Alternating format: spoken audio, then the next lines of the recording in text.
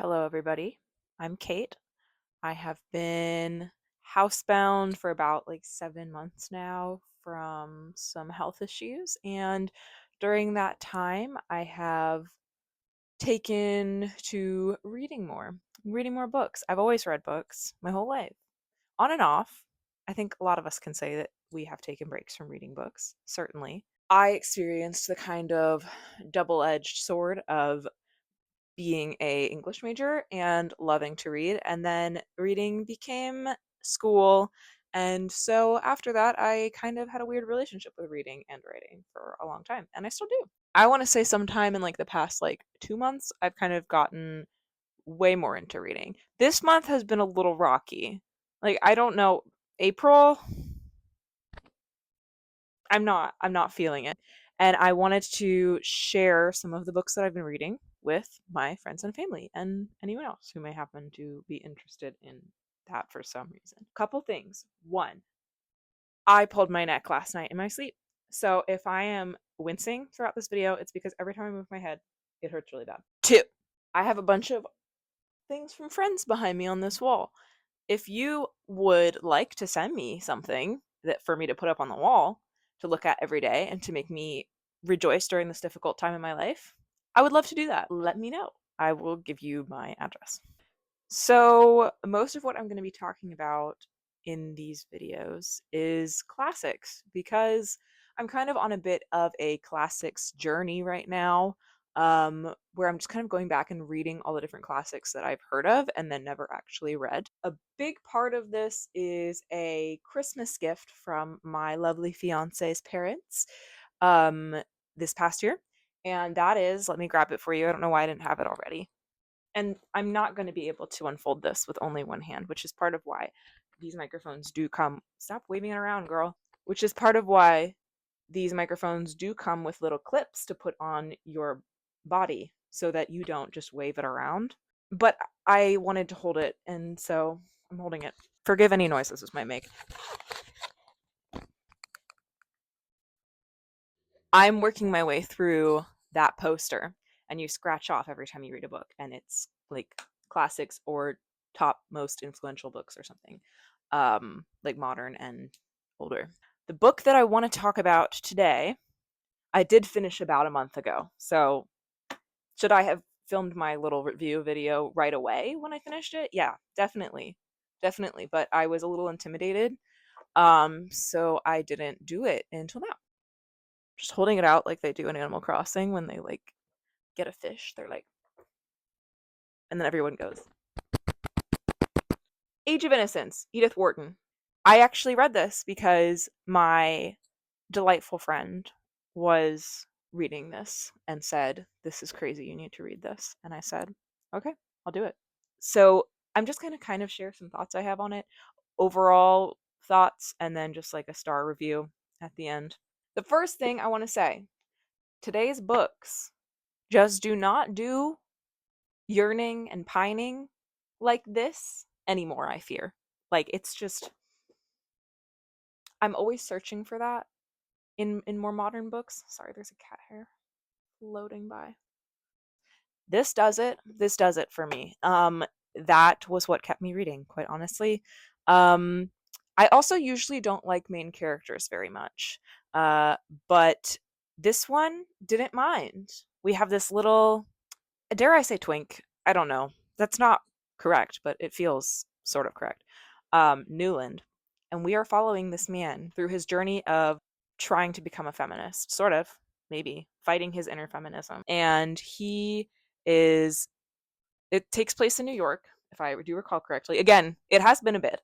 And it's all about the culture there, the families, the prominent families, all the do's and don'ts of social situations and rigid rules of society, all that kind of thing. And I basically described this as, at the end of it, I described it as, this is like Great Gatsby, but better, and for people who specifically really liked the green light part of the Great Gatsby, but they were like, geez, I really wish that the women in this book were people. There was a little bit, just something was different in terms of I really related to the like yearning in this. Whereas in The Great Gatsby, I was like, I like that you are yearning and I like the symbolism, but it's also, yeah, this book is about the lack of potential, like having a fear that you're never going to be the person that you really want to be, and that you are just going to complacently go about your life and then regret everything like forever. I think that the questioning the rules, the whole looking at people and suddenly seeing them as just something so different than you did before, just like realizing that everyone around you isn't thinking quite in the same way that you are, I think was really interesting to read. And I will be honest, usually I don't like hearing about the thoughts that men are having. But I actually liked being inside this guy's head. He's just so much a product of his environment that it is really hard to hate him because you can see so clearly that he might have been different if he was not in that situation. Just like everyone, I suppose. But he's also just constantly, something I found really interesting is he's just constantly dissociating for like the entirety of the book. Like he's just constantly projecting himself outside of his body. And the commentary on existing like unstuck in time. Side note, my favorite book is Slaughterhouse-Five. I love nonlinear narratives, and this was a pretty linear narrative, but I love anything that has to do with time, has to do with trauma, lost potential, living multiple lives, the person you could have been, blah blah blah blah. I do love that. Like I love that. That's one of my favorite topics in books. So this checked off some boxes for me. You kind of have to just imagine what kind of person that he could have been instead. And you and him are both imagining that entire book, and it's like kind of tragic, and it's also really interesting way to look at things. There is also an element though of self-centeredness about him, and like a self-inflicted sort of suffering, that adds an element where you're just kind of like, I'm not sure where I ended up on whether I like him or not. And I don't think that we're really intended to like him or not. I don't think. I think it's just kind of an honest portrayal of a human, which I do love. Oh, something else that I wanted to talk about real quick because I don't want to go on and on about this forever. And I wasn't really going to get too deep into the plot, but basically, New York, prominent families, socialites, like there's a love triangle sort of deal. There's his wife that he's married to. In the beginning they're not married, but then they get married, and he just cannot connect with her on the level that he wants to, and she's very much like, there's a quote in here where it compares his wife, May Welland, to blind Kentucky fish, I believe, like fish they found in Kentucky who like are swim around in the deep and they like can't see anything and they just don't know any better. That's just their lives. And he compares her to that. And it was a really interesting quote. I thought it was a really interesting section of the book. There was a lot of underlining in this book, a lot of things that I just thought that is a really honest way to phrase that. And I love when a book does that.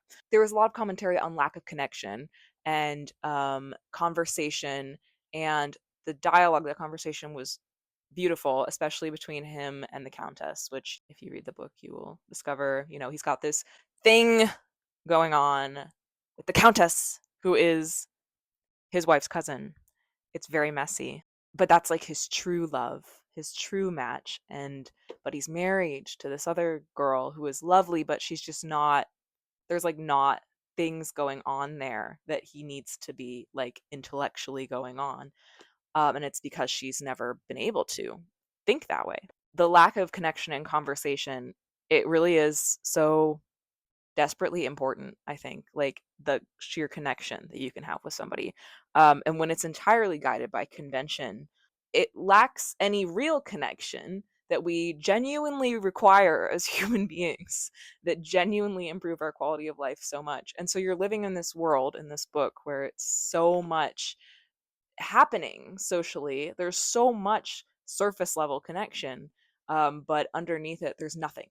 It's just a shell. It's an empty shell. And I think like we've all felt like that, or at least, I've felt like that a lot as I got older. I thankfully have found a bunch of different social groups that I don't feel that way in. I love pretty much everybody I know. Um, but it is something to be said. It is something to think on. And I think the other thing is I often talk all the time about how much better off I would be if I just didn't know things, like if I just was blissfully unaware, if I just was stuck in conventions and like, this is how you do this, this is how you do this, which I am in some ways because we all have our own internalized sort of conventions and rules, right? I always say I'd be better off if I just like didn't have, if I just had like the same exact thing in my head all the time and I didn't know all this stuff and I just like went by whatever I was told. But how hard would that make it to connect with everyone who I know now who has ultimately made such an impact in my life? Because the conversations I can have with those people, the richness of those conversations, um, have added so much to my life.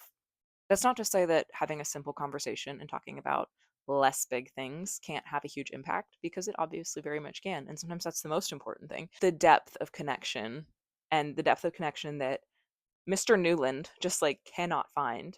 It's something to pursue for the rest of your life, I think. You know, like I'm always looking for that kind of connection with people where it feels like our brains are just kind of like, melding together a little bit. So I think that's basically all I wanted to say about this book for now.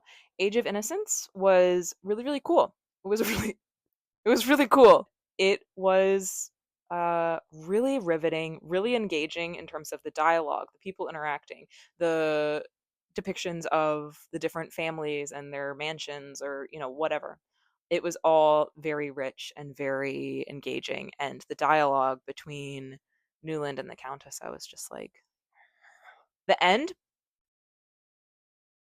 tragic. Like it really did make me like sit there in silence, because that was rough. That was rough. But you know what? It was real. And I really appreciated that. And it made me like the book that much more. I did give it 5 stars on my Goodreads and on my Fable. Um which I will link, I guess, in case anyone wants to see what I'm reading on my little reading social medias. That's about all I have to say, I think. Now we're going to move on to, we've got a bunch of different options. I think the next classic that I'm going to be reading will likely be um, either Virginia Woolf, To the Lighthouse, or Lord of the Flies, maybe. Because I actually have never read that. I don't know how I made it through high school without reading that. Maybe even Picture of Dorian Gray. I also have that. Any of these options could happen, and I'll probably make a little video about them. So I hope I haven't rambled too long and that this has been at all enjoyable and you've liked getting to see what I am doing with my little life here in the house 24/7. Also, this is my fiance on a pillow. Sorry for her staring at you. Actually, I'm really not sorry. I'm not sorry for her staring at you the entire time. She stays looking out. Thank you for hanging out with me for a little bit and listening to me talk about a book. And I hope to make another video soon. Let me know if you enjoyed this at all, or if I should not do this again. But I probably will anyway. I love you all, and I really appreciate you spending some time with me. Bye. See you next time.